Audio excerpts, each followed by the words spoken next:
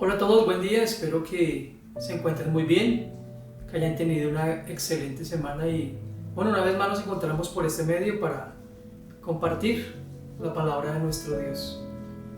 Y quiero retomar esta miniserie que domingos pasados comenzamos, de ¿Quién es papá para ti? Y pensando en esto, recordamos lo que el Señor le había hablado a Moisés acerca de su nombre, de ese gran yo soy.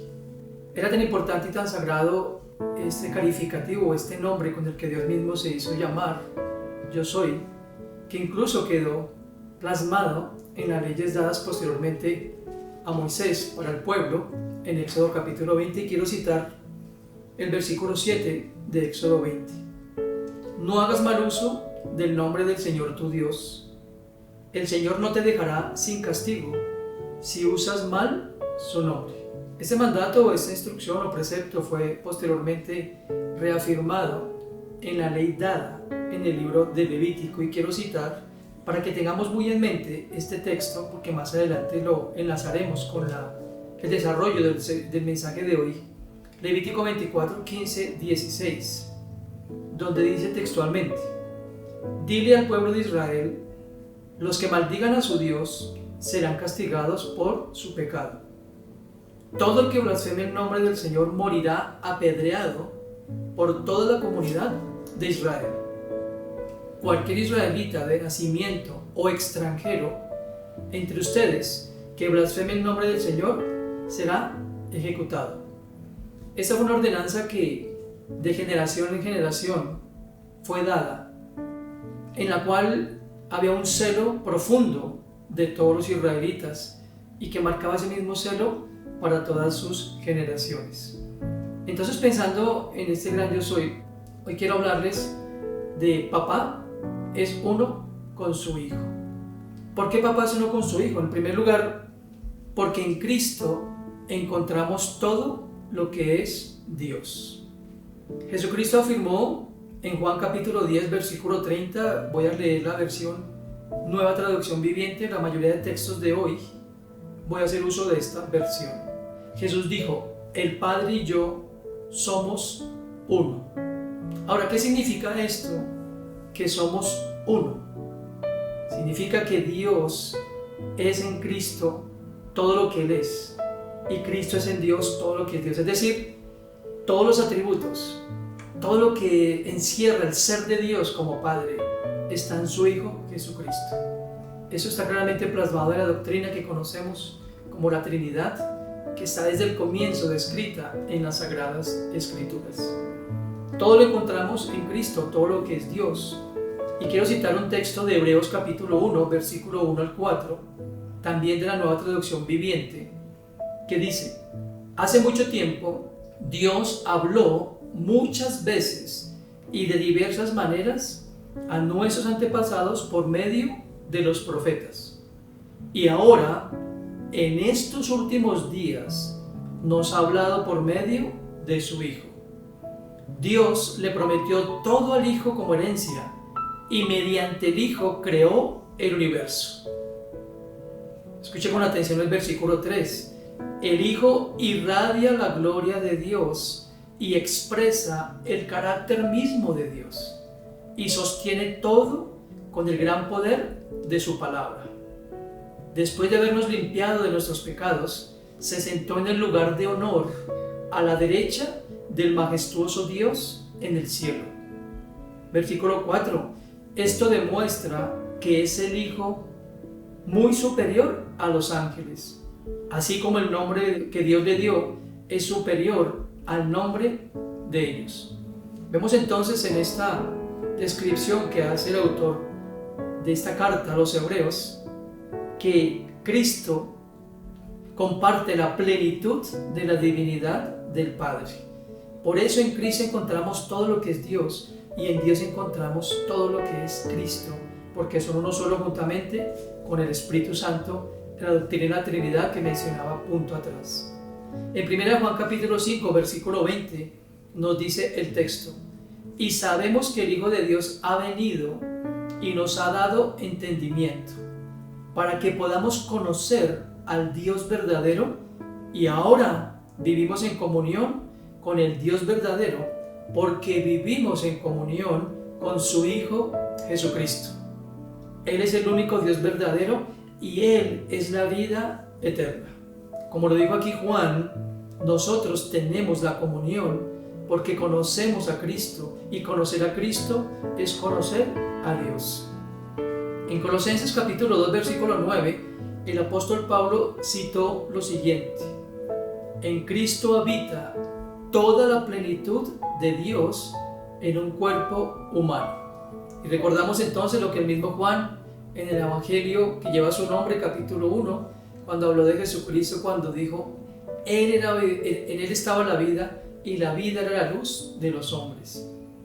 Y ese verbo encarnado que es Cristo, Dios mismo, la palabra de Dios, fue hecho carne y habitó entre nosotros, como dice aquí Pablo en Colosenses capítulo 2, verso 9. En uno de los encuentros que Cristo tuvo con sus discípulos, particularmente con Felipe, después de que les habló a ellos en Juan capítulo 14, acerca de que Él es el camino, la verdad y la vida, Felipe le dice a Jesús, Señor, muéstranos al Padre. Y Jesucristo le responde de la siguiente manera, en los versículos 8 al 11 de capítulo 14 de Juan. Felipe, he estado con ustedes todo este tiempo y todavía no sabéis quién soy. Los que me han visto a mí, han visto al Padre. Entonces, ¿cómo me pides que te muestre al Padre? ¿Acaso no crees que yo estoy en el Padre y el Padre está en mí? Las palabras que yo digo no son mías, sino que mi Padre, quien vive en mí, hace su obra por medio de mí. Solo crean que yo estoy en el Padre y el Padre está en mí, o al menos crean por las obras que me han visto hacer. Cuando vemos la vida de Cristo y en semanas pasadas juntos celebrábamos el hecho de su venida, de su posterior muerte y resurrección, recordamos que Cristo toma aquí la posición de nuestro Redentor, de nuestro Mediador, de nuestro reconciliador con el Padre mismo. Pero Cristo, durante su ministerio en la tierra, cumplió totalmente el papel, porque Él es Dios, es Hijo, pero es Dios. Por eso hablamos de Dios Padre, Dios Hijo y Dios Espíritu Santo. Entonces, ¿quién es papá para nosotros en este primer aspecto? Papá es uno con su Hijo, porque su Hijo es el mismo Dios. Y como lo dije al comienzo, en Él encontramos absolutamente todo lo que encontramos en nuestro Padre que está en los cielos.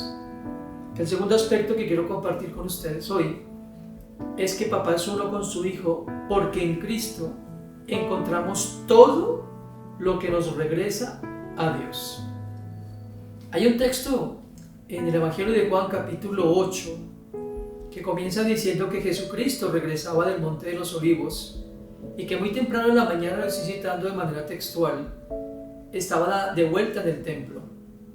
Pronto se juntó una multitud y Él se sentó a enseñarles. Mientras hablaba, los maestros de la ley religiosa y los fariseos le llevaron a una mujer que había sido sorprendida en el acto de adulterio. Y ustedes conocen la historia de Jesucristo cuando es expuesto por esos hombres, porque lo que ellos pretendían era que Jesucristo aboliera la ley. Le dicen a Jesús, hemos sorprendido a esta mujer en el mismo acto de adulterio y la ley de Moisés, la ley que nos fue enseñada, dictamina que esa mujer debe morir apedreada. Y recordarán muy bien la historia que Jesucristo le dice a todos ellos mientras miraba a tierra, el que de ustedes esté libre de pecado, que tire la primera piedra. Y vemos al final de ese relato que Jesucristo, aún pudiendo condenarla porque es Dios, cuando le pregunta a esta mujer, ¿y dónde están todos los que te señalaban o los que te juzgaban? Esta mujer le dice, no queda ni aún alguno, Señor. Y Jesús dice, ni aún yo te condeno. Vete y no peques más. Pero después de ese episodio se suscita una controversia porque los maestros de la ley ponían en tela de juicio el hecho de que Jesucristo perdonara a esa mujer. Se decían unos a otros, ¿y quién es este para perdonar los pecados? ¿Quién se cree que es? Y en la exposición de este texto de capítulo 8, quiero citar algunos fragmentos de esa discusión o de esa defensa teológica que Jesucristo hizo ante estos maestros y religiosos fariseos. En el versículo 14 Jesús dijo: esas afirmaciones que yo doy son válidas, pues yo sé de dónde vengo y sé a dónde voy. Por eso es que algunos de ustedes no saben de mí. Y en el verso 16, la segunda parte, les dice a estos hombres: el Padre, quien me envió, está conmigo. Más adelante afirma lo siguiente: como ustedes no saben quién soy yo, tampoco saben quién es mi Padre. Si me conocieran a mí, también conocerían a mi Padre. Lo mencioné en el primer punto. Cuando conocemos a Dios, conocemos a Jesús, conocemos al Padre y viceversa. Sigo leyendo algunos apartes de esta conversación o de esta defensa. En el verso 24, Jesucristo dijo: por eso dije que morirán en sus pecados. Porque a menos que crean que yo soy, noten de nuevo ese término yo soy, quien afirmo ser, morirán en sus pecados. Verso 28, cuando hayan levantado al Hijo del Hombre en la cruz, entonces comprenderán que yo soy. Verso 47, los que pertenecen a Dios escuchan con gusto las palabras de Dios, pero ustedes no las escuchan porque no pertenecen a Dios. Y bueno, hay muchos más textos que podría citar de esta conversación, pero me adelanto al versículo 54 al 56. Jesús les contestó a ellos: si yo buscara mi propia gloria, esa gloria no tendría ningún valor, pero es mi Padre quien me glorificará. Ustedes dicen: Él es nuestro Dios, pero ni siquiera lo conocen. Yo sí lo conozco, y si dijera lo contrario, sería tan mentiroso como ustedes, pero lo conozco y lo obedezco. Abraham, el padre de ustedes, se alegró mientras esperaba con ansias mi venida, la vio y se llenó de gloria. Cito el versículo 57. Entonces la gente le dijo: ni siquiera tienes 50 años. ¿Cómo puedes decir que has visto a Abraham? Jesús contestó: les digo la verdad, aún antes de que Abraham naciera, yo soy. La reacción de esos hombres no se hizo esperar. En el verso 59 nos dice el Evangelio que en ese momento tomaron piedras para arrojárselas, pero Jesús desapareció de la vista de ellos y salió del templo. ¿Qué había en estos hombres religiosos, en estos fariseos? El celo del que les hablé al comienzo. Ellos recordaban sin lugar a dudas lo que la ley decía, que cualquiera que blasfemara o que cualquiera que tomara el nombre de Dios en vano tendría que morir. Fue exactamente lo mismo que le ocurrió a Jesucristo cuando estaba enfrente del sumo sacerdote en el concilio y que relata el Evangelio de Marcos capítulo 14 del versículo 61 al 54. Este sacerdote le pregunta a Jesucristo: ¿eres tú el Mesías, el bendito? Jesús dijo: yo soy. Y ustedes verán al Hijo del Hombre sentado en el lugar de poder, a la derecha de Dios, y viniendo en las nubes del cielo. Entonces el sumo sacerdote se rasgó las vestiduras en señal de horror y dijo: ¿para qué necesitamos más testigos? Todos han oído la blasfemia que dijo. ¿Cuál es el veredicto? Culpable, gritaron todos. Merece morir.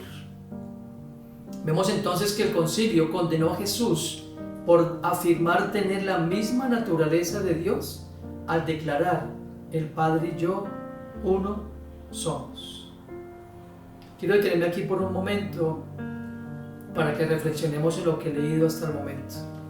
En verdad nosotros vemos en Cristo a alguien más que esa figura que traemos al recuerdo en la Semana Santa o en los días en que se conmemora o se recuerda su venida, su pasión, su muerte y resurrección.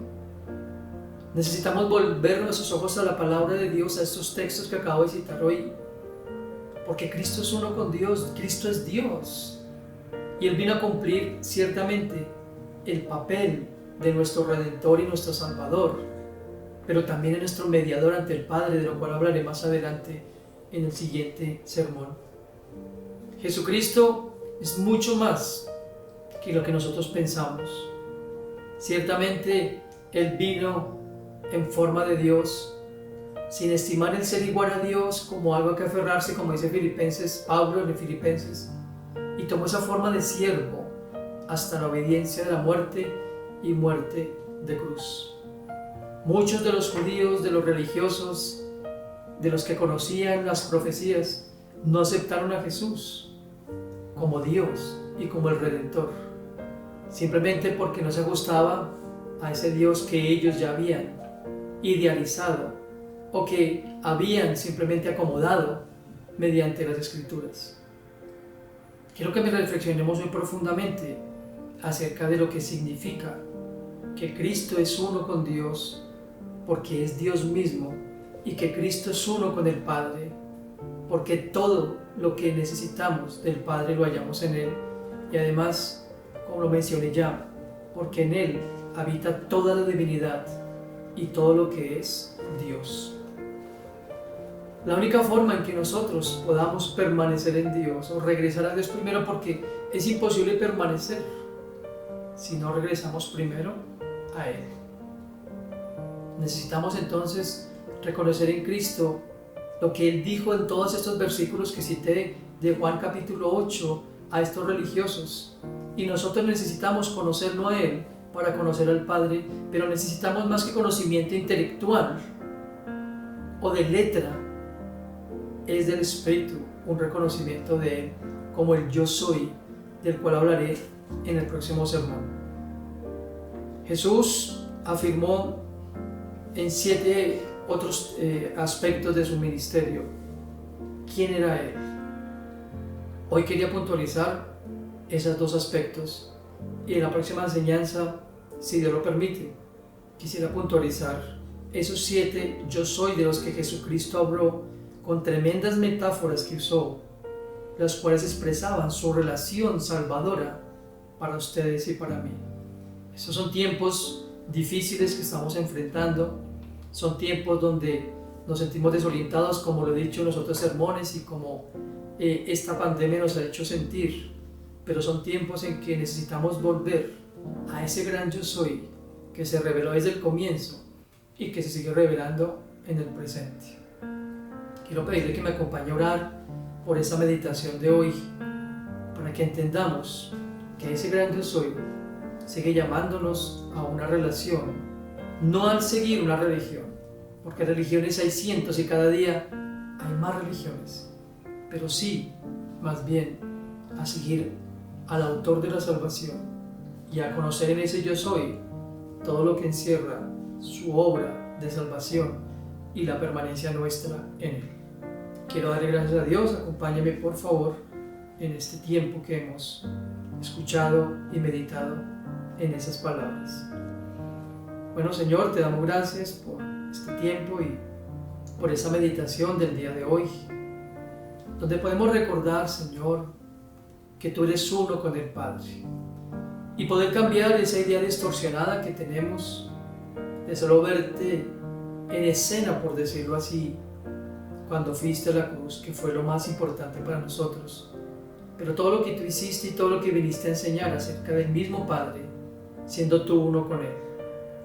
Señor, ayúdanos a entender estas verdades, que antes de que Abraham fuera, tú ya eras, porque tú eres Dios, porque en ti habita toda la plenitud de la deidad, porque todo lo que nosotros esperamos en el Padre, por ser nuestro Padre, lo podemos encontrar en ti, porque tú eres Dios, porque tú tomaste esa parte, Señor, dada por Dios mismo, Dios Padre, la salvación a este mundo que hoy gime, que hoy está atemorizado, que hoy está, Señor, a la expectativa por saber qué va a acontecer con cada uno de ellos.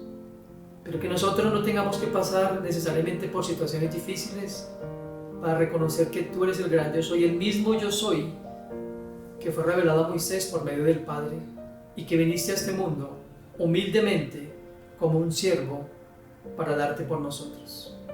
Yo quiero orar, Señor, en este día por todas las personas que aún han entendido que solo tú eres Dios y que fuera de ti no hay quien pueda salvarnos.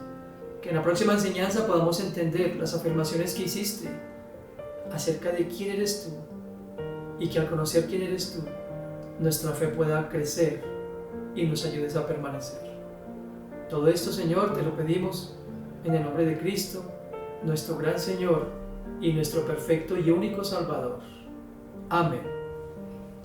Espero que Dios siga bendiciendo sus vidas, que en estos días, ya que restan de aislamiento, sigamos afirmando nuestra fe, no solamente en estos días, pero de aquí en adelante nuestra relación con Dios sea una relación más estrecha. Dios los bendiga, qué bueno saludarles desde este medio, síganse cuidando mucho. Bendiciones.